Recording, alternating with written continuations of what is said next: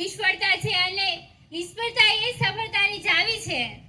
અનેક નિષ્ફળતા બાદ આપણને સફળતા મળે તે આપણને જીવનભર યાદ રહે છે અને આનંદ અપાવે છે.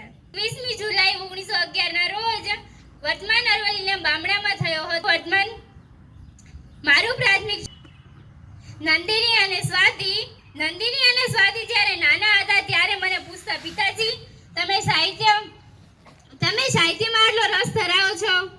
ત્યારે હું કહી દઉં, બેટા સાહિત્ય માત્ર શબ્દ નથી પરંતુ મનુષ્યના જીવન અને વિચારો અને લાગણીઓનું એક પ્રતિબિંબ છે. આપણે કવિતા દ્વારા મનુષ્યના જીવન અને વિચારોને દર્શાવી શકીએ છીએ. જેમ કે મેં પ્રકૃતિને લઈને એક રચના કરેલી, ભૂમિયા વિના મારે ભંભાતા ડુંગરા.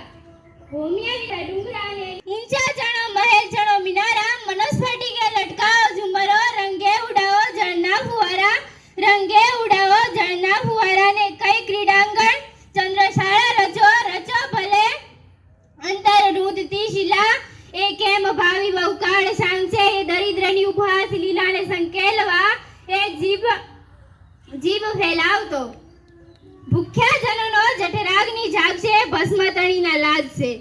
આ કવિતા આપણે ભૂખ્યા જનો માટે મેં રચી હતી અને